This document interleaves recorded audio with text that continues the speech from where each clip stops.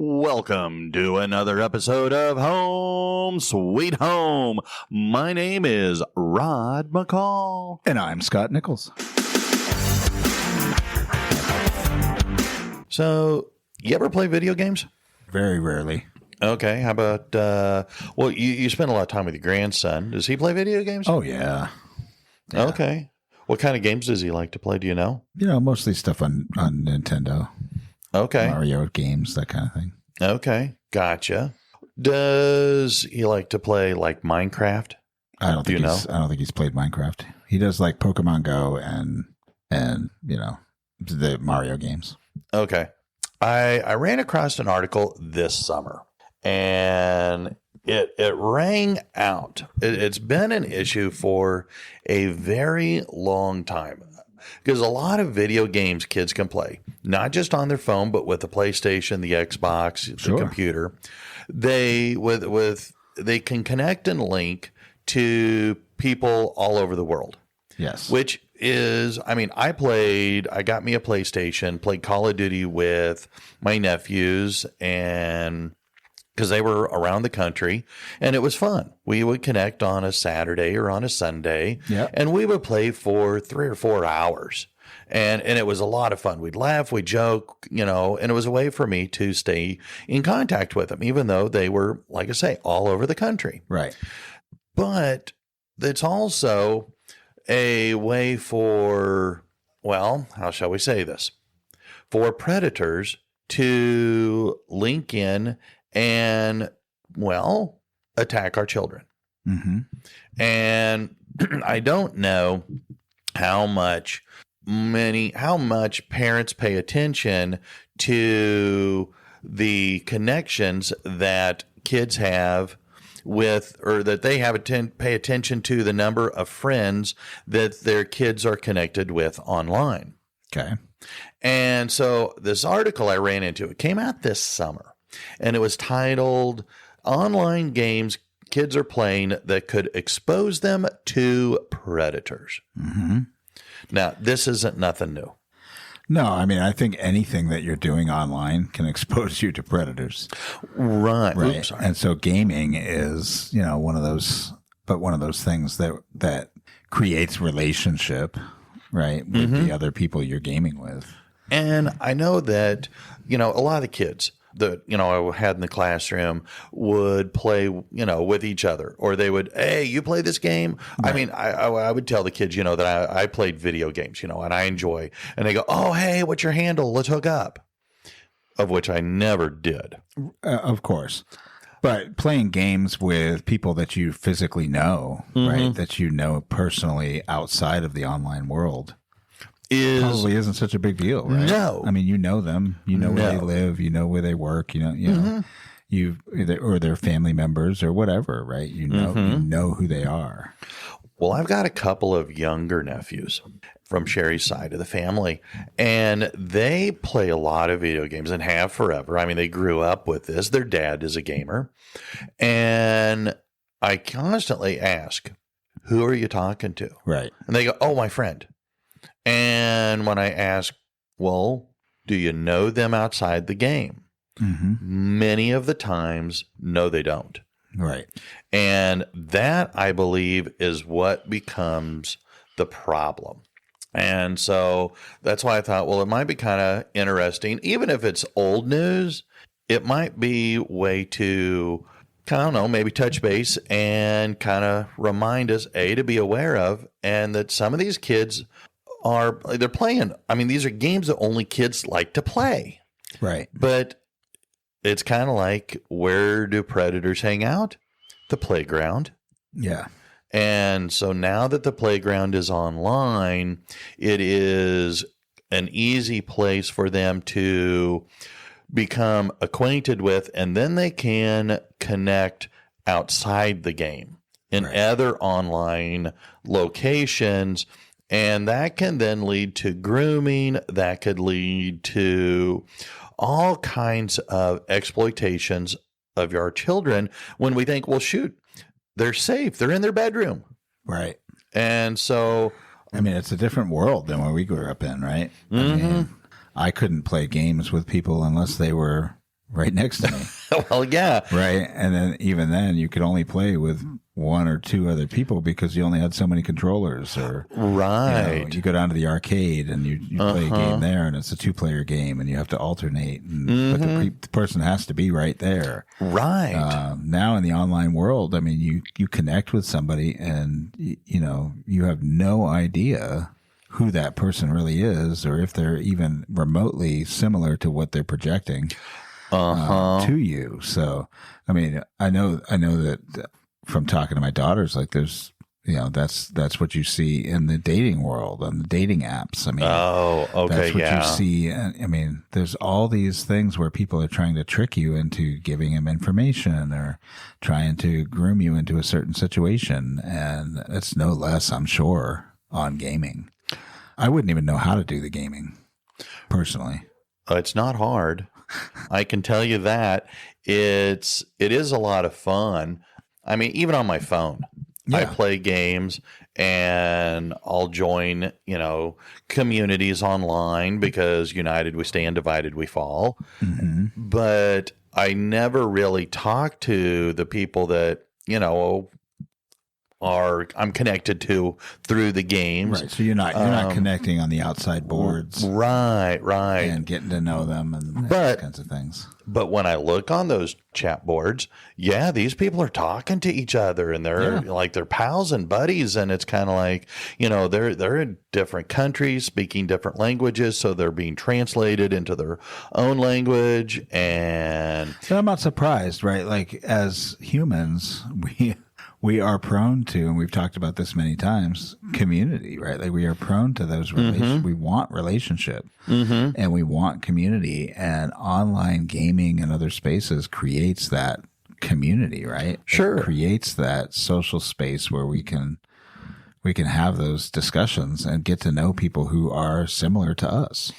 And that's where it becomes then a bit dangerous. And that's what I found interesting about this article, because there's a lot of common games that kids love to play. And that's why I asked about Minecraft. Minecraft is a super popular game for kids to play. Sure. Of course, we had that movie that came out. Was it, the spring?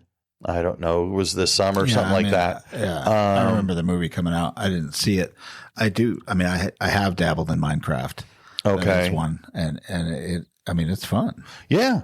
It's a fun game. And but that game is very, very popular. You got Fortnite, which is uber popular still, even though it's been around for a while. Roblox is another one. My little nephew, he's a 6th grader, and he's been playing that for a very long time because Roblox actually allows you to play a bunch of other different games. And he's got all kinds of friends, and I put that in air quotes because I don't know that he's ever really met them.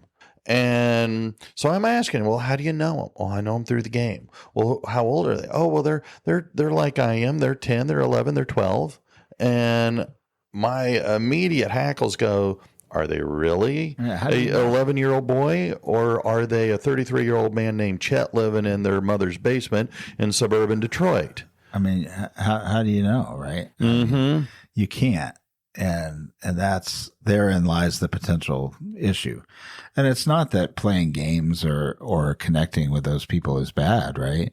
It's necessarily, it's how much more do you connect?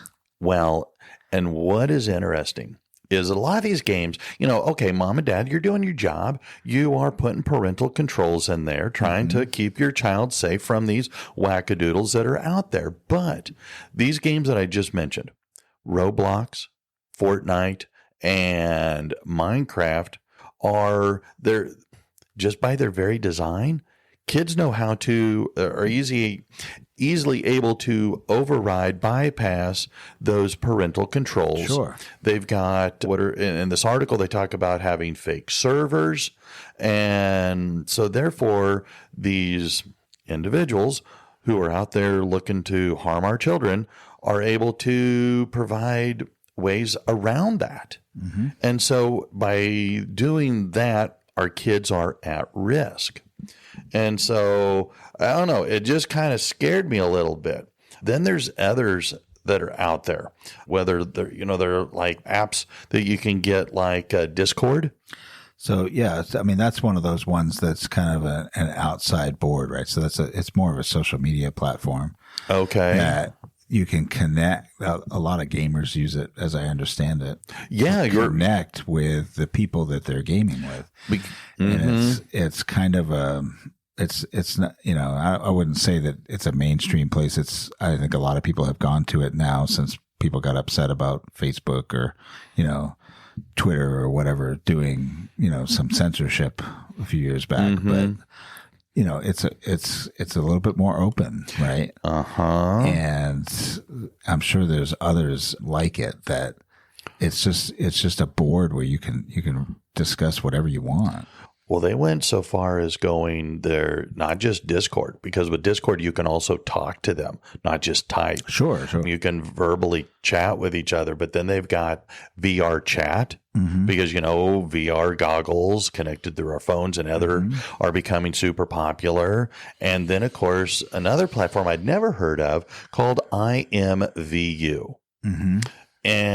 But again, it's this real-time connection. So you may not be able to bypass the parental controls on a game, but hey, you know what? Here's my hookup for Discord, or here's my connection through, the VR chat. And so while we're playing the games, we're going to talk to each other.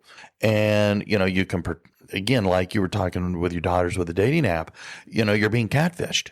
Where with the profile that's presented, the avatars that are there, well, what they say they are and what they really are may not always be right in cahoots. And so it makes it easier for the kids to lower their guard. I mean, we all know, we teach our kids, stranger danger, stranger danger. Yeah, but stranger danger, when we were taught those kinds of things, or when we taught it to our kids, they, that's, you're walking down the street and, don't go off talking to that stranger, right? Without being present and, all that. That's different, right? I mean, it's a different world when you think that it's a kid. I mean, stranger danger is not when you're on the playground and you're 12 and you meet another 12-year-old and you're like, I just want to, we just want to go on the swings. That's not necessarily stranger danger, right? Stranger danger is the kid to the adults. Like, don't go with a strange adult because you might never come back. Well, so, yeah. But online, when that profile is projected in a way that makes it seem like it's the kid, well, the kid's going to think that's not a danger. That's just another kid. It's that false sense of safety. And, I mean, there's everything online just needs to be questioned. And kids aren't going to question it. Well, and that's why, like I say, when I read this article, it was kind of like, it was a nice reminder that we a lot of times, especially younger parents, will be happy to give their child the opportunity to play games, because there's a lot of good educational games out there. You can really learn a lot when you're playing, Minecraft or Roblox, even Fortnite. It's, there's more than just, there's a lot of things that you can gain by playing the games. It's not just entertainment. There's a lot of skill building that can go in there, problem solving, all kinds of stuff. But you think, oh, well, they're safe. They're in the house. They're in their bedroom. But we're discovering that no, maybe they are not.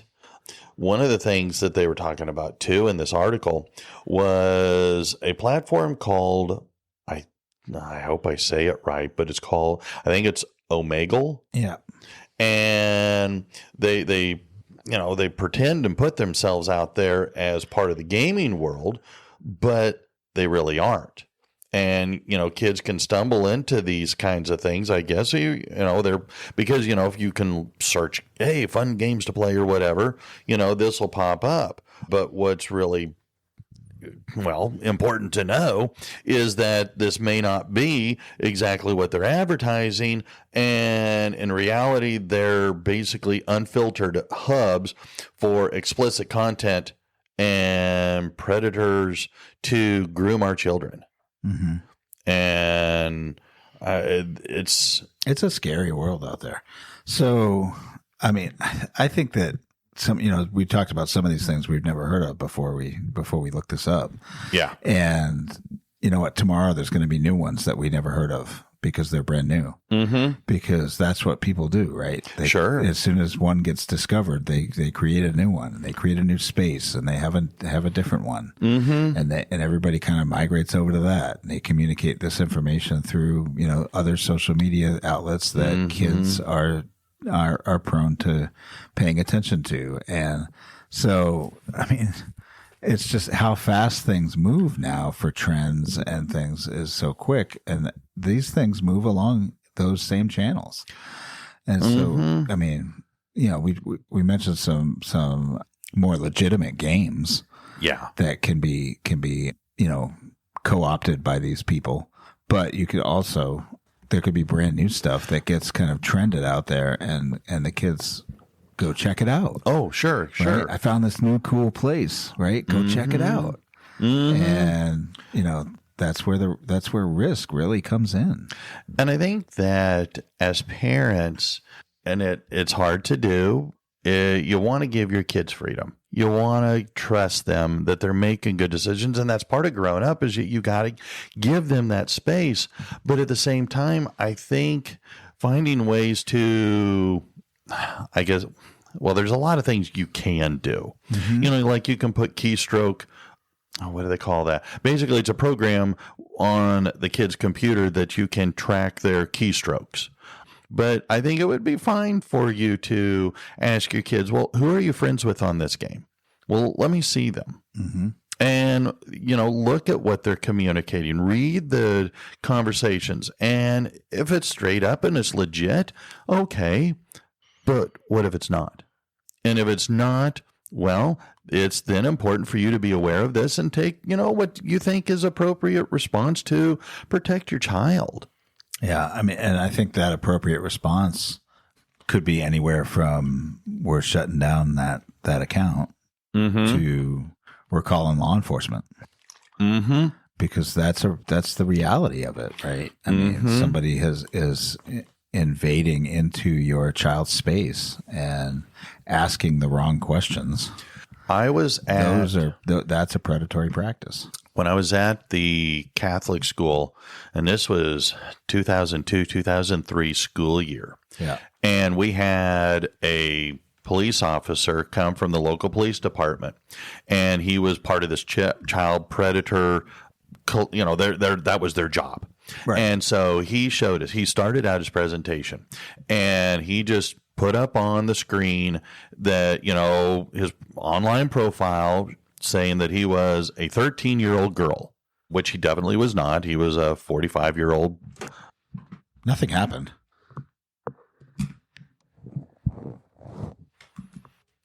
That he was, like I say, he was a police officer. And so he goes on and he's talking about all these different things that we as parents can do to protect our children. And this was 20 plus years ago.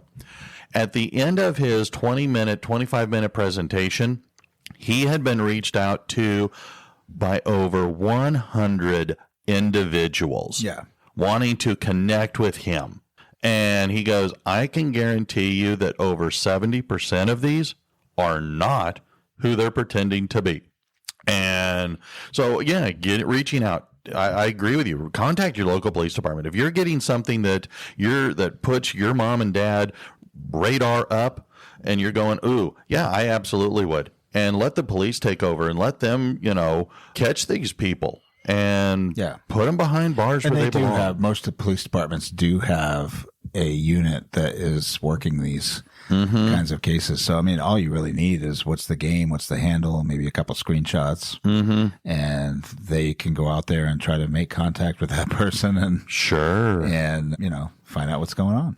Because you hear stories all the time of kids disappearing because they agree to meet in real life. Yeah.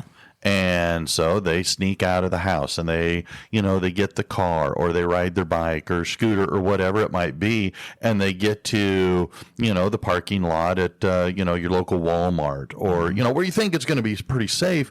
And voila, your 14, 15-year-old friend turns out to be a 35-year-old man named Chet from suburban Detroit. You got a thing about Chet from suburban Detroit, I think. Well, actually, it's a quote from the book Ready Player One. Oh, okay. There we go.